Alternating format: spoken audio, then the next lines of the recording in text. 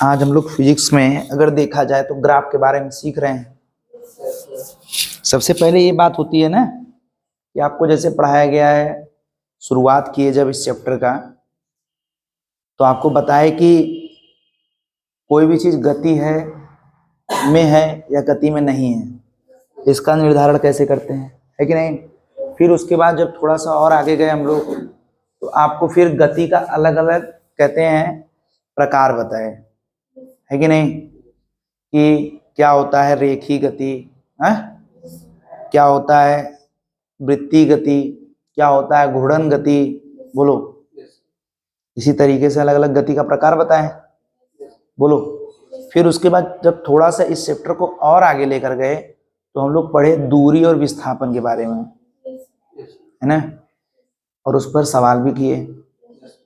फिर उसके बाद थोड़ा सा और आगे गए तो हम लोग पढ़े कहते हैं चाल और वेग के बारे में, ठीक। फिर उसके बाद इस चैप्टर को थोड़ा और आगे लेकर जब हम गए तो आपको बताएं त्वरण क्या होता है, एक्सेलरेशन जिसको हम लोग कहते हैं, ठीक। अब बात ये होता है कि सर इतना सारी चीजों को पढ़ने के बाद आप हमें ग्राफ क्यों पढ़ा रहे हैं या ग्राफ क्यों बता रहे हैं, है ना। तो सबसे पहले आपको ये महत्व पता होना चाहिए कि ग्राफ का मतलब क्या है, ठीक। तो ग्राफ का मतलब आप क्लास 9th में भी पढ़ के थोड़ा बहुत आ चुके हैं कि इनमें दो एक्सिस होता है सर, एक एक्स और एक वाई, जिसको हम लोग हिंदी में कहते हैं अक्ष। एक यक्स अक्ष होता है और एक वाई अक्ष, और इसी अक्ष पर हम लोग किसी भी गति को जानते हैं और समझते हैं, ठीक। अब बात ये होता है कि अक्ष सिर्फ एक्स वाई जो होता है, इस अक्ष में भी अगर बात किया जाए, ध्यान दीजिएगा आप थोड़ा सा, ये हो गया एक्स अक्ष, ये हो गया वाई। लेकिन अगर कहते हैं कि इस नल पॉइंट से बाएं साइड जाते हैं तो माइनस एक्स और नीचे जाते हैं तो माइनस वाई होता है, ठीक है, ये होता है ना। अब कहते हैं कि ग्राफ की अगर बात किया जाए तो अब ग्राफ सर इस पे कैसे हम बनाएंगे, है कि नहीं। तो आपको एक बात ध्यान से समझिएगा, एक आता है मार्केट में ग्राफ पेपर, कल के क्लासरूम में आप आइएगा तो ग्राफ पेपर को लेकर आइएगा, ठीक है। कल अगर नहीं लेकर आएंगे तो फिर ग्राफ के बारे में आपको हम सही से पढ़ा नहीं पाएंगे। एक ग्राफ का कॉपी मिलता है मार्केट में, 10 रुपया 20 रुपये का मिलता है, उसको खरीद लीजिएगा, ठीक ना।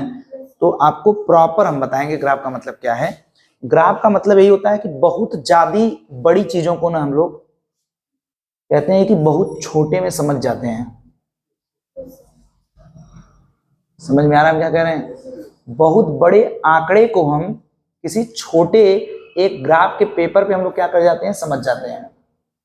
अब बात ये होता है सर कि कैसे इसको आप प्रूफ करके बताइए। जैसे ध्यान से समझना, एक अभी कहते हैं कि एक घटना घटा है कोविड नाम का, है कि नहीं। कोरोना वायरस से हमारा पूरा देश क्या पूरा विश्व जूझा था।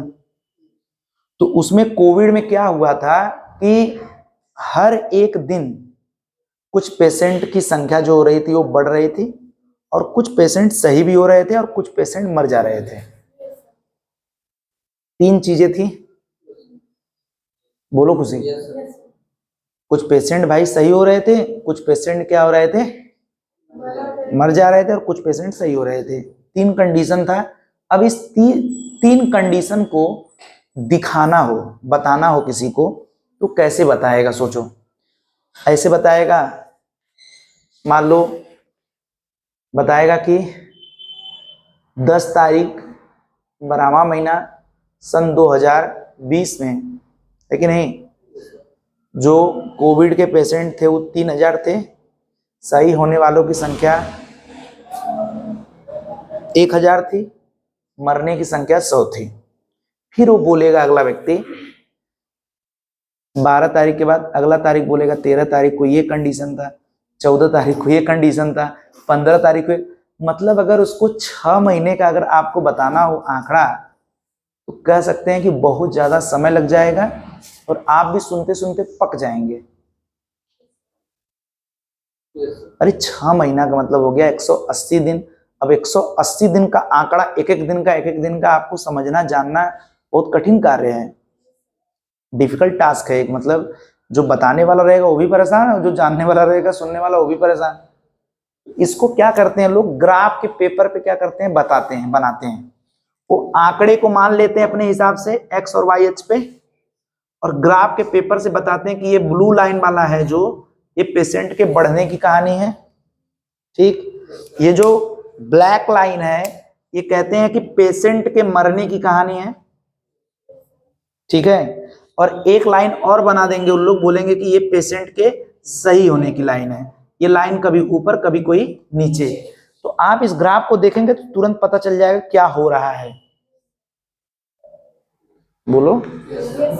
तो ग्राफ कहते हैं कि बहुत बड़े चीजों को बहुत ही कम चीजों में समझने में क्या करता है, हमें मदद करता है कि हाँ। तो इसी तरीके से आप जानते होंगे कि एक शेयर मार्केट का बिजनेस होता है, पता है, सुने होंगे आप, इतने बड़े हो चुके हैं कि आपको ये सुनना चाहिए। शेयर मार्केट के बिजनेस की अगर बात किया जाए तो उसमें भी होता है सेंसेक्स, निफ्टी, इसी तरीके से अलग अलग चीजें होती हैं जो कि हर सेकंड बदलती हैं। तो वो ग्राफ के मदद से ही क्या होता है, दिखता है।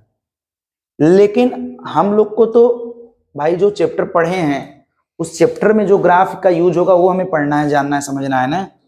हमें थोड़ी ना सेंसर देखना है या शेयर बाजार देखना है या हमें कोविड का देखना है सिस्टम है, हमें तो अपने फिजिक्स को देखना है। बताओ। तो सबसे पहले आप देखेंगे लिखा क्या है, स्थिति समय ग्राफ। सबसे पहला हम लोग ग्राफ का प्रकार पढ़ेंगे, कौन सा, स्थिति और समय के ग्राफ के बारे में। लिख रहा है किसी भी वस्तु की गति को उसके स्थिति समय ग्राफ द्वारा व्यक्त किया जा सकता है। इसके लिए समय को t को x अक्ष पर तथा वस्तु की स्थिति को x को y अक्ष पर। देख रहे हैं क्या लिखा है, समय को किस पे, x अक्ष पर, और यही है x अक्ष, बोलो। x अक्ष पे कह रहा है कि समय लीजिए, क्या लीजिए, और इसको हम लोग किससे मानेंगे, स्मॉल t से। और y अक्ष पे क्या मानना है, y अक्ष पे क्या मानना है, स्थिति को, है कि नहीं। जिसको हम लोग किससे मान रहे हैं, किससे मान रहे हैं, x से, स्मॉल x से, है कि नहीं। अब स्थिति की बात किया जाए तो यही पोजीशन है कि कोई कहां तक पहुंचा, कहां तक नहीं पहुंचा है, बोलो। कोई कितना दूरी तय किया है, कोई कितना दूरी तय नहीं किया है, इसी को बोलते हैं स्थिति। तो ग्राफ में सबसे पहला हम लोग ग्राफ पढ़ेंगे एक समान गति के लिए स्थिति समय graph, position time graph for the uniform motion. एक समान गति का मतलब आप समझते होंगे कि प्रति एकांक समय में अगर एक समान दूरी या फिर विस्थापन किसी वस्तु या व्यक्ति के द्वारा अगर तय किया जाता है तो वही क्या कहलाता है, एक समान गति।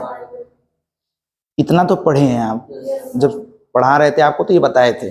तो एक समान गति का लिखा है ग्राफ कैसा बनता है, कह रहा है कि एक समान गति के लिए ना जो ग्राफ बनेगा, कह रहा है कि स्ट्रेट लाइन बनेगा। कैसा बनेगा, स्ट्रेट लाइन।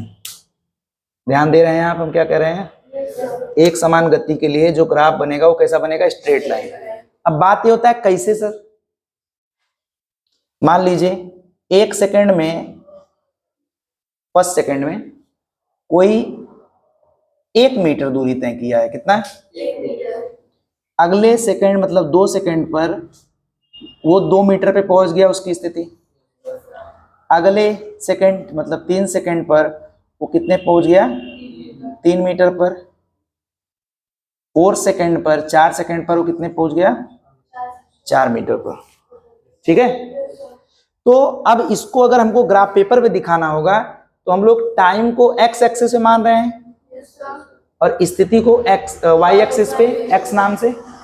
तो इसको हम टाइम को डिवाइड कर देंगे, 1 सेकेंड, ये हो गया कितना, 2 सेकेंड, ये मान लो हो गया 3 सेकेंड, ये हो गया 4 सेकेंड, ठीक है। और हम लोग इधर क्या करेंगे, इसको मान लेंगे कि ये मीटर में है, ठीक।